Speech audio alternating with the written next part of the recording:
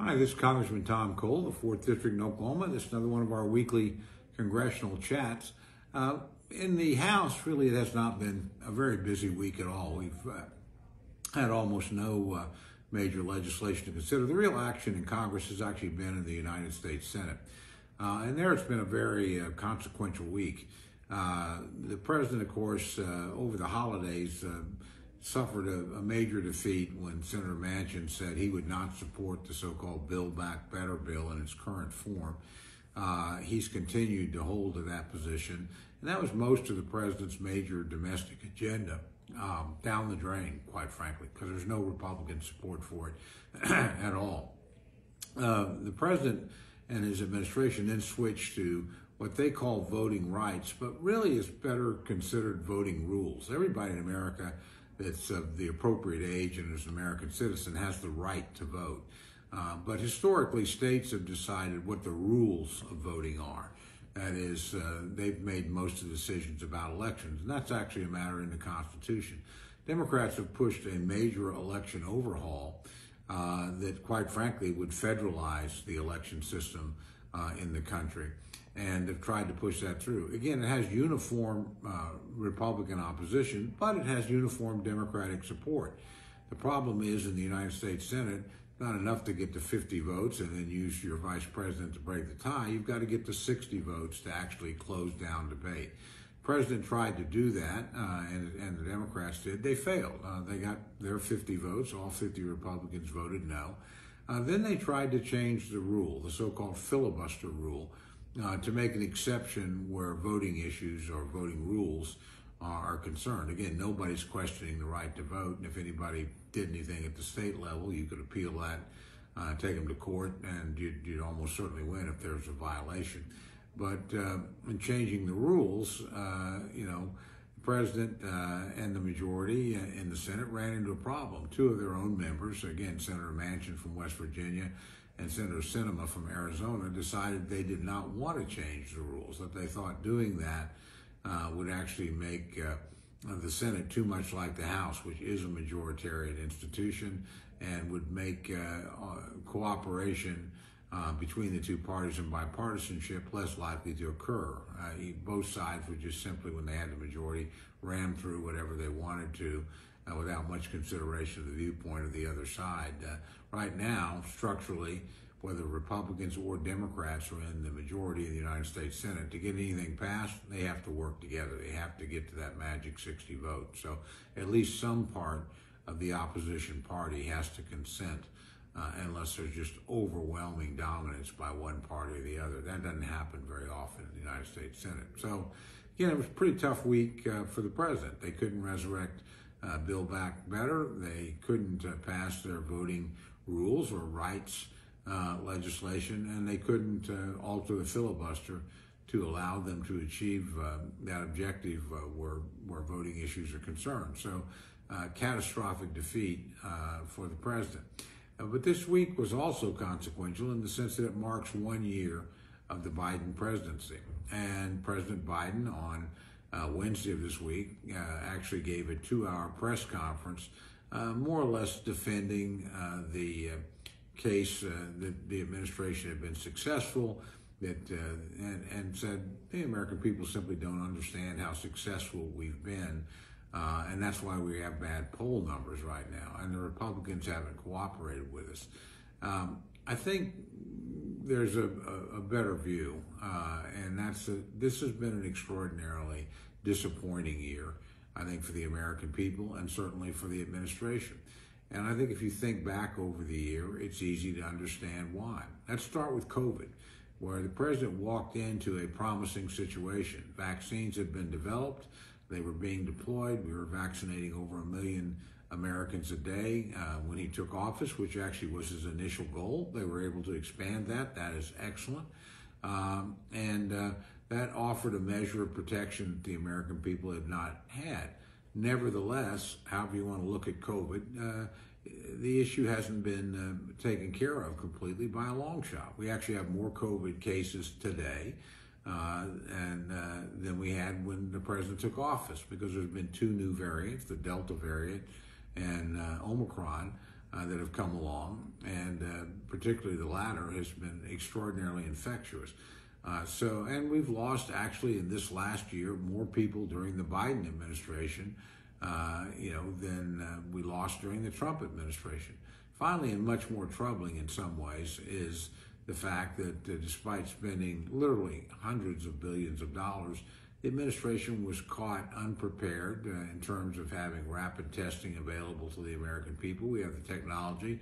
The government simply didn't procure the tests, and we're running behind on giving the American people the ability to test themselves and see if they're sick.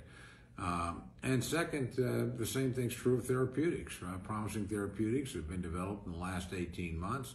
Many of them during the Trump years simply weren't produced in sufficient quantity. So quite often, particularly as hospitals fill up, people aren't getting the treatment that doctors want them to have. We simply didn't make enough of the medicine. Again, the resources were there, but the administration bungled the job. So in the COVID situation, I think things are challenging. Again, some things are better. It's good, and I want to reemphasize, I support the vaccine effort. If you've not been vaccinated, I hope you will get vaccinated. But the testing effort and the therapeutics effort for people that do get ill simply have not met the standards that we would have expected. And certainly, coronavirus is not in the rearview mirror, as the president suggested it would be when he declared independence from the virus in July. That's failure one. Failure two, of course, is the economy. When I'm at home in Oklahoma or in Washington, D.C., inflation is probably the number one thing that I hear discussed. Families understand that everything they pay for, that they need, food, shelter, transportation, all of that's more expensive than it was. Inflation's now running at the fastest pace it has in literally 40 years, since the early 1980s. As a matter of fact, many Americans, if you're under 40, you've literally never experienced this kind of rapid price increases. The president likes to point out wages are going up. That's true, but if you adjust wage increase and inflation, you're losing ground, not gaining ground. And if your paycheck isn't up at least 7%, believe me, you're able to purchase less this year than last year. That's not a good thing.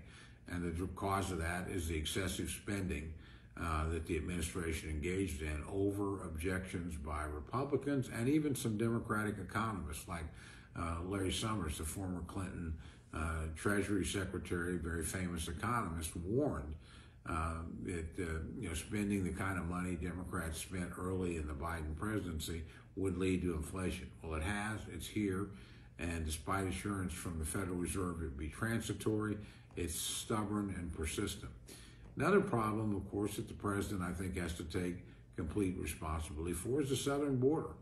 I mean, literally, we have people and drugs pouring over that border at an unprecedented numbers. And this is directly attributable to the president undoing the policies that were in place during the Trump administration and basically putting out the welcome sign. Nobody's being deported. The wall was never finished. We've devoted no new resources to the border.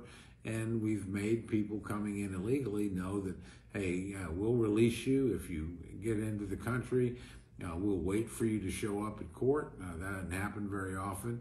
And you're not likely to be sent back home. That's an extraordinary failure, and the president's proposed nothing to reverse that. He made the Vice President Harris, as the czar of the border, so to speak, but not really giving her any power. And to be frank, she hasn't done anything that's constructive. So again, that's a great crisis. The import of, we have more than twice the amount of fentanyl coming in the country we had a year ago. And we have literally, by an exponential factor of increase, more people coming in illegally than we had. And again, no proposal by the president to fix it. Finally, of course, we've seen some of the great challenges overseas.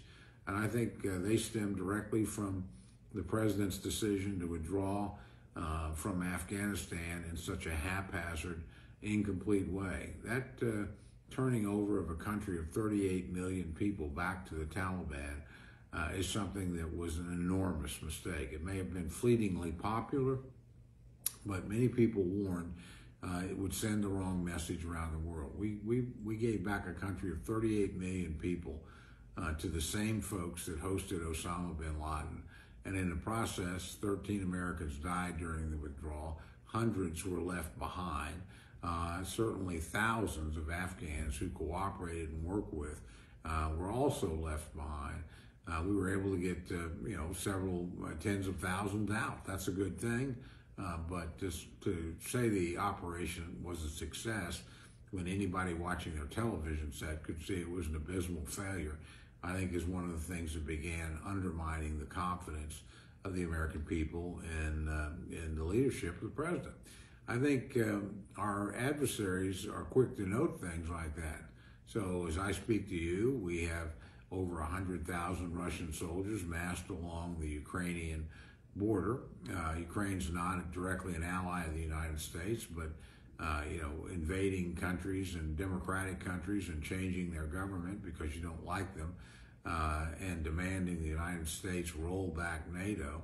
Those types of things are unbelievable. That's exactly what the Russians are doing. So far, I would say our resistance to that has been less than impressive.